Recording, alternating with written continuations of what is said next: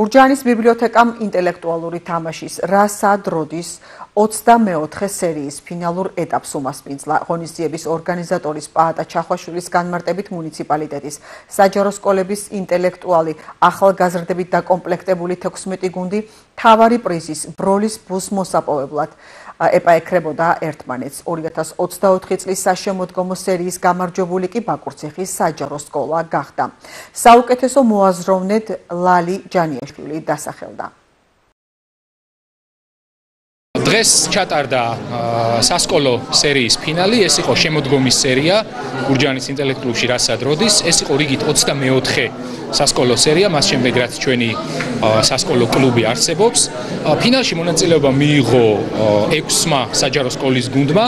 აქვე გეტყვით, რომ თვითონ სერიაში პროექტში ჩართული იყო 16 საჯარო სკოლის გუნდი, საიდანაც 6 საუკეთესო გამოვლინდა და 6 გუნდისგან შემდგარ ფინალში გამოვლინდა გამარჯვებული გუნდი, საუკეთესო მოაზროვნე, ასევე პრიზიორი გუნდები, მეორე მესამე ადგილოსანი გუნდები, რომლებმაც მიიღეს სიმბოლური საჩუქრები, ფასიანი საჩუქრები, პრიზები, საპატიო სიგელები.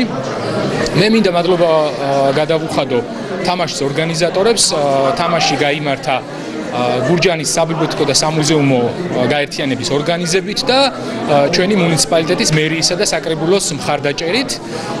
თამაშები გაგრძელდება გაზაფხულზე, ახალი სასკოლო სერიით, სადაც ასევე ველოდებით, რომ ბევრი სკოლა მოვა და მიიღებს მონაწილეობას, ხოლო ჩვენი წლევანდელი სეზონი, რასადროდის სეზონი ჩვენს კლუბში დასრულდება ზეგ, როდესაც გაიმართება კინოს თემაზე, კინოხელოვნების თემაზე ერთდღიანი თამაში რასადროდისი, სადაც არ არსებობს უკვე შეზღუდვა და მონაწილეობა შეუძლია მიიღოს ნებისმიერმა მსურველმა ასაკის და სტატუსის მიუხედავად. გამოვლინდა საუკეთესო მოაზროვნეები და გამარჯვებული გუნდი, ულოცავ გამარჯვებულებს. ეს ერთ-ერთი საუკეთესო პროგრამა, რომელიც მუნიციპალიტეტის მხარდაჭერით ხორციელდება და აუცილებლად გაგრძელდება შემდგომი წლისთვის. ძალიან ამაყი ვარ ჩემი გუნდის, რადგან ძალიან ბევრი ვიშრომეთ ამ შედეგისთვის.